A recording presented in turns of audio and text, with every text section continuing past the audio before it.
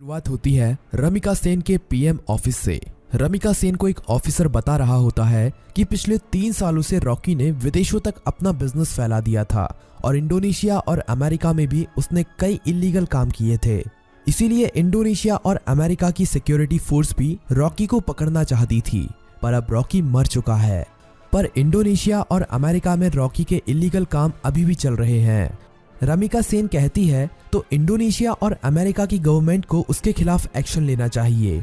तभी वो ऑफिसर बताता है कि गवर्नमेंट ऐसा नहीं कर सकती, क्योंकि रॉकी ने 1979 से 1981 तक इन 3 सालों के अंदर ही अपने सोने के बिजनेस को काफी बड़ा कर लिया था। विदेशों में भी हजारों लाखों लोग उसके लिए काम करते हैं और खुद गवर्नमेंट के लोग भी उसके साथ मिले हुए हैं। इसीलिए गवर्नमेंट चाहकर भी उसके खिलाफ एक्शन नहीं ले सकती। फिल्म की कहानी अब फ्लैशबैक में जाती है और हमें रॉकी के जीवन के उन्हीं 3 सालों के बारे में पता चलता है, जिसमें उसने अपने साम्राज्य को विदेशों तक फैला दिया था। सभी माइनों पर कब्जा होने के बाद रॉकी ने और कई माइनों की खोज कर ली थी और सभी लोगों को उनकी खुदाई में लगा दिया था। रॉकी ने उन सभी माइनों से तेजी से सोना निकाला और इकट्ठा करता गया और बाहर के बड़े बड़े देशों में एक्सपोर्ट करने लगा। रॉकी को विदेशों से काफी बड़े बड़े ऑर्डर आने लगे, जिनको पूरा करने के लिए उसने खुदाई को और तेज करवा दिया था। दूसरी तरफ से उसने माइन की खुदाई के लिए और सोने की खोज के लिए अमेरिका से कई टेक्नोलॉजी मशीन भी मंगाई थी, जिससे वो जल्द से जल्द इन सभी माइनों का सोना निकालकर इकट्ठा कर सके। रॉकी ने अगले 1 साल के अंदर इन माइनों से इतना सोना निकाला था जितना कि पिछले 20 सालों में भी नहीं निकाला था। दूसरी तरफ रॉकी ने अपने इलाके को एक इंडस्ट्रियल एरिया बना लिया था और माइन में काम करने वाले लोगों के लिए उसने अच्छे घर, स्कूल, कॉलेज, अस्पताल सब कुछ बना दिए थे। इसीलिए खुदाई करने वाले लोग उसे काफी पसंद करते थे और उसके लिए अपनी जान देने के लिए भी तैयार थे। धीरे धीरे करके रॉकी का साम्राज्य बड़ा ही होता जा रहा था। विदेशों में सोने का एक्सपोर्ट करते करते रॉकी की जान पहचान भी विदेशों की सरकार से भी हो गई और सरकारों के कई लोग रॉकी के साथ मिल गए। रॉकी कई बार इंडोनेशिया और अमेरिका में भी गया था। वहां पर भी उसने अपने सोने के साम्राज्य को काफी बड़ा कर लिया था। इस साम्राज्य को फैलाने में सरकार के कई लोगों ने उसकी मदद की थी और रॉकी ने एक गैंग अपनी इंडोनेशिया में और एक अमेरिका में भी खड़ी कर ली थी और रॉकी ने इन गैंग के लिए अपना एक एक लीडर भी बना लिया था और रॉकी उन सभी का राजा बन गया था। इस तरह से रॉकी ने अपने साम्राज्य को विदेशों तक फैला दिया था। अब कहानी फ्लैशबैक से बाहर आती है और हमें दिखाया जाता है कि जब रमिका सेन ने भारत में रॉकी के साम्राज्य को खत्म कर दिया था और रॉकी अपना सारा सोना लेकर समुद्र के बीच में चला गया था, वहां पर रॉकी ने इंडियन नेवी को खुद मैसेज करके उसे मारने के लिए कहा था।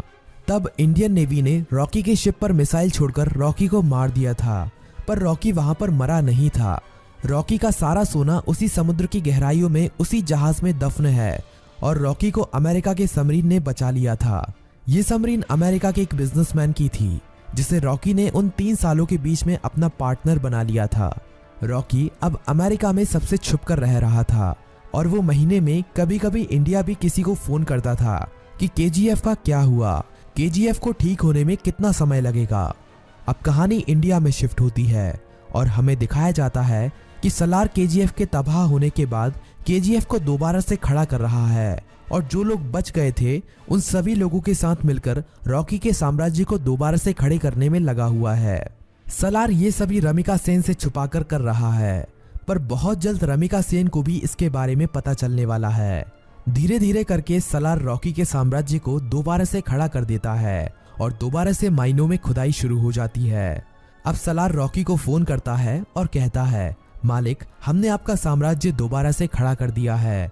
जिस तरह आपने कहा था, अब आपके लौटने का समय आ चुका है।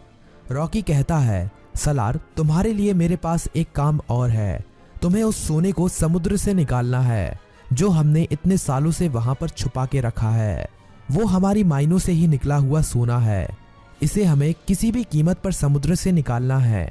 इस सोने की मदद से ही मैं दोबारा से भारत में अपने साम्राज्य को खड़ा करूंगा। सलार सोने को समुद्र से निकालने के काम में लग जाता है और इंडिया में अब एंट्री होती है रॉकी की। सलार अपने लोगों को कहता है कि मालिक कई सालों के बाद यहाँ पर पधार रहे हैं, उनके स्वागत में कोई भी कमी नहीं रहनी चाहिए। किसी को नहीं पता था कि ये मालिक कौन है। रॉकी अकेला ही अमेरिका से आ रहा होता है। केजीएफ में रॉकी का स्वागत धूमधाम से किया जाता है। सभी लोग रॉकी को देखकर हैरान थे क्योंकि उन्हें लग रहा था कि रॉकी मर चुका है, लेकिन रॉकी तो अभी जिंदा है। रॉकी अपनी माइनों का काम देखने के बाद सीधा मिलना चाहता था रामिका सेन से। सलार कहता है कि हम भी उसके साथ चलेंगे, पर रॉकी कहता है कि नहीं, मैं अकेला ही मिलने जाऊंगा। रॉकी अकेला ही अपनी रोल्स रॉयल कार में जा रहा होता है। तभी नाके पर पुलिस उसे पकड़ लेती है। पुलिस वाले जानते नहीं हैं कि वो रॉकी है। वो रॉकी के पास लाइसेंस ना होने की वजह से और ओवर स्पीडिंग होने की वजह से थाने ले जाती है। वहां पर रॉकी कुछ नहीं बोलता, बस अपने आदमियों को फोन कर देता है। थाने में बड़ा ऑफिसर आता है और रॉकी से चिल्लाकर बात करने लगता है। तभी पूरा पुलिस स्टेशन हिलने लगता है और कई हेलीकॉप्टर और बंदूक लेकर रॉकी के आदमी यहां पहुंच जाते हैं। उन आदमियों से एक आदमी रॉकी का लाइसेंस लेकर थाने के अंदर आता है और पुलिस को लाइसेंस दिखाता है। पुलिस वाला लाइसेंस पर रॉकी का नाम पढ़कर हैरान रह जाता है और रॉकी को वहां से जाने देता है। रॉकी अब सीधा रमिका सेन से मिलने के लिए जाता है। रॉकी के पहुंचने से पहले वो पुलिस वाला रमिका सेन तक ये खबर पहुंचा देता है कि रॉकी अभी भी जिंदा है। रमिका सेन ये खबर सुनकर हैरान हो जाती है कि अभी तक रॉकी कैसे जिंदा है। रमिका सेन को ये खबर भी मिल जाती है कि रॉकी के यहाँ आने से पहले किसी ने केजीएफ को दोबारा से खड़ा कर दिया है और केजीएफ से अभी भी खुदाई करके सोना निकाला जा रहा है। अब पीएम ऑफिस में एंट्री होती है रॉकी की। सभी लोग रॉकी को देखकर हैरान थे। रॉकी सीधा मिलने जाता है रमिका सेन से। रॉकी रमिका सेन से कहता है कि मैंने कहा था ना, युद्ध हुआ तो जीतूंगा मैं और जीत मेरी ही हुई है। रमिका सेन कहती है कि अच्छा है, तुम जिंदा हो, अब मैं तुम्हारे सामने ही तुम्हारे केजीएफ को तुमसे छीन लूंगी। रॉकी कहता है कि उसकी नौबत ही नहीं आएगी। रमिका सेन रॉकी की इस बात को समझ नहीं पाती। तभी रॉकी वहां से चला जाता है। अगले कुछ ही दिनों में रॉकी रमिका सेन की सरकार गिरा देता है और सरकार में अपनी पार्टी को जिताकर अपने आदमी को प्रधानमंत्री बना देता है।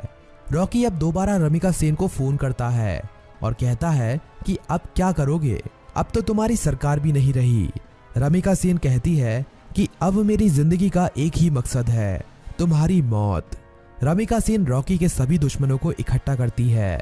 रमिका सेन इनायत खली से भी हाथ मिला लेती है और जितने भी रॉकी के देश विदेश में दुश्मन थे सभी को इकट्ठा करके रॉकी को मारने का प्लान बनाती है। रॉकी को मार पाना आसान नहीं था। रॉकी जितना अकेला खतरनाक था उससे ज्यादा खतरनाक उसके गैंग के लोग थे। रमिका सेन को इंडोनेशिया और अमेरिका की गवर्नमेंट से भी सपोर्ट मिलता है, लेकिन रॉकी जानता था कि रमिका सेन उसके केजीएफ को तबाह करने में अपना पूरा जी जान लगा देगी। रमिका सेन जानती थी कि रॉकी को उसके केजीएफ में घुसकर मार पाना अब काफी ज्यादा मुश्किल हो गया है, क्योंकि अब रॉकी ने अपने केजीएफ में मिसाइलों को रोकने के लिए अपने केजीएफ के चारों तरफ रडार सिस्टम और काउंटर मिसाइल रख दी हैं। अब अगर कोई भी उसके केजीएफ के अंदर घुसने की कोशिश करेगा तो वो मारा जाएगा। रमिका सेन जानती थी कि रॉकी को मारने के लिए उसको केजीएफ से बाहर निकालना पड़ेगा और अकेले रॉकी के मरते ही उसका सारा साम्राज्य खत्म हो जाएगा। इंडिया में अपनी गवर्नमेंट खड़ी करने के बाद इंडिया की गवर्नमेंट रॉकी के लिए एक काफी बड़ी पार्टी रखती है। इस पार्टी में विदेशों के बड़े बड़े बिजनेसमैन, बड़ी बड़ी गवर्नमेंट के लीडर आते हैं। रॉकी की सिक्योरिटी के लिए इस पार्टी में काफी ज्यादा सिक्योरिटी लगी हुई थी। रॉकी पार्टी में पहुंच जाता है। थोड़ा नाच गाना होने के बाद पार्टी में एंट्री होती है रमिका सेन की। रॉकी से थोड़ी बातचीत करने के बाद रमिका सेन कहती है कि अब समय आ गया है कि तुम्हारे साम्राज्य को यहीं पर खत्म कर दिया जाए। पर तभी रॉकी के चारों तरफ हजारों लोग उसके ऊपर बंदूक तानकर खड़े हो जाते हैं। रॉकी की खुद की गवर्नमेंट उसे धोखा दे देती है और विदेशों से आए हुए बिजनेसमैन भी उसकी मौत का तमाशा देखने के लिए वहां पर आए हुए थे। सभी विदेशों के बिजनेसमैन चाहते थे कि रॉकी की मौत होने के बाद वो केजीएफ पर कब्जा कर लेंगे और अपने बिजनेस को फैलाएंगे और ढेरों पैसा कमाएंगे। ये सब देखकर रॉकी खुद हैरान रह जाता है, पर रॉकी जानता था कि एक दिन उसकी मौत जरूर होगी, इसीलिए वो अपने आखिरी पल में भी निडर रहता है। रमिका सेन कहती है कि देखा, आखिर तुम्हारे लोगों ने ही तुम्हें धोखा दे दिया। इतना कहते ही सभी लोग रॉकी को गोलियों से भून देते हैं और रॉकी की मौत वहीं पर हो जाती है और फिल्म यहीं पर खत्म हो जाती है।